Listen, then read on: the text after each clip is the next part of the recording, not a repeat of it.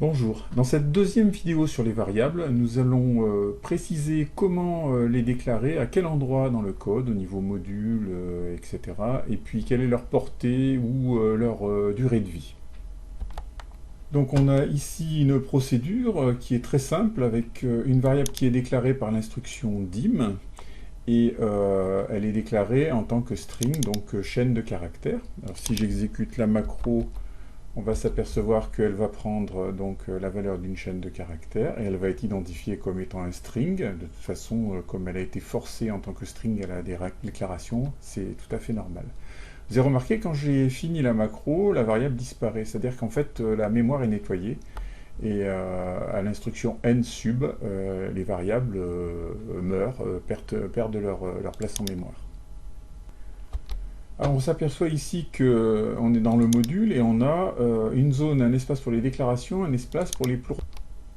Alors si j'ouvre un module qui contient beaucoup de procédures, en fait, quand je vais ici, j'ai la possibilité d'accéder aux procédures qui sont classées, pas par ordre alphabétique, mais par ordre d'existence dans le texte de la procédure.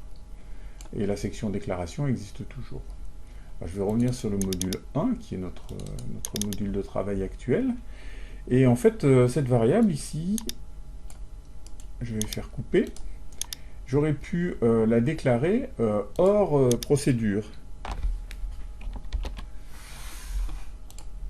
Et on s'aperçoit ici que en fait, la déclaration de la variable se trouve dans la zone déclaration et qu'un trait est apparu de séparation entre la zone de déclaration des variables et les procédures. Alors, il est possible d'enchaîner les variables sur la même ligne avec une virgule, et donc ça permet de cumuler toutes les déclarations de variables dans une seule ligne.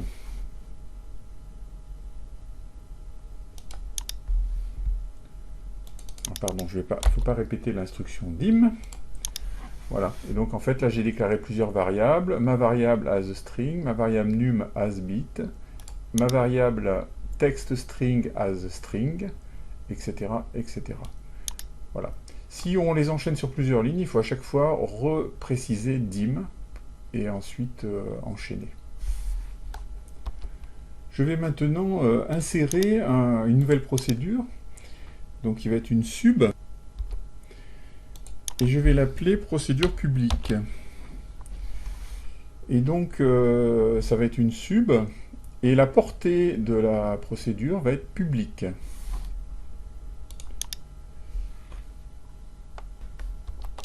Alors qu'est-ce que ça veut dire? Ça veut dire que en fait c'est exactement la même chose que si je l'avais déclaré comme ça.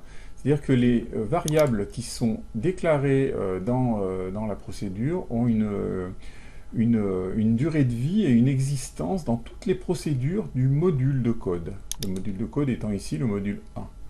C'est-à-dire que si je déclare ici ma variable, ceci est une chaîne de caractères, et que je veux afficher ma variable par cette procédure, si cette procédure fait appel à celle-là, eh bien la variable sera toujours vivante. Alors on va vérifier ça. Pour appeler une procédure en partant d'une autre procédure, eh bien, je vais simplement taper le nom de la procédure que je veux appeler. C'est-à-dire que dans l'exécution, ici, si j'appuie sur F8, alors ici, ce que je vais faire pour vérifier, c'est que je vais faire un MSGBox.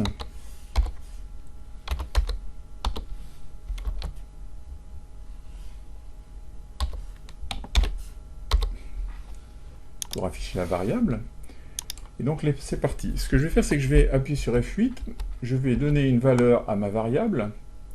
Donc ceci est une chaîne de caractères, ça c'est ce qui est contenu dans la variable, qui est un string. Et la procédure publique va être appelée, donc en fait le curseur va sauter hop, à l'attaque de la procédure publique. Dans la procédure publique, il va y avoir affichage de ma variable, et vous voyez que j'ai changé de procédure, mais la variable est toujours vivante, et elle contient toujours, ceci est une chaîne de caractères. Donc la boîte de dialogue qui est affichée par la procédure publique, eh bien, est une boîte de dialogue qui contient bien la valeur de la variable. Ici, quand cette procédure se termine, eh bien, elle va renvoyer à la suite, donc c'est-à-dire qu'on va revenir dans ma procédure, la procédure appelante, et ensuite on va terminer l'ensemble de l'exécution. Donc il se serait passé la même chose si j'avais déclaré la variable, dit ma variable à string à l'intérieur de cette procédure. Là, la variable gardera quand même une validité au niveau de la procédure.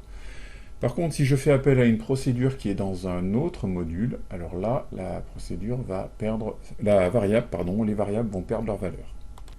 Alors une petite remarque, quand par le menu insertion, je veux créer une nouvelle macro, une nouvelle sub, je peux déterminer aussi que la portée des variables est privée, c'est-à-dire que les variables n'ont une durée de vie que dans la sub, simplement dans la procédure, et donc n'auront pas une existence au niveau du module. Donc rien de très compliqué finalement. Je vous encourage quand même à déclarer vos variables en tête de module au niveau de la section déclaration.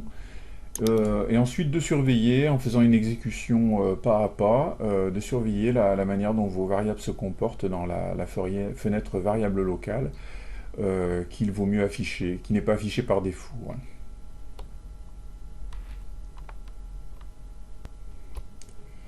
Dans la prochaine vidéo, je vous propose d'apprendre à utiliser les boucles qui permettent de répéter les instructions avec une possibilité de sortie. Et nous allons voir donc la boucle for next. Je vous encourage à consulter ma chaîne YouTube Format 10 et à venir vous inscrire et consulter les cours qui sont en grande partie gratuits sur moodle.format10.org.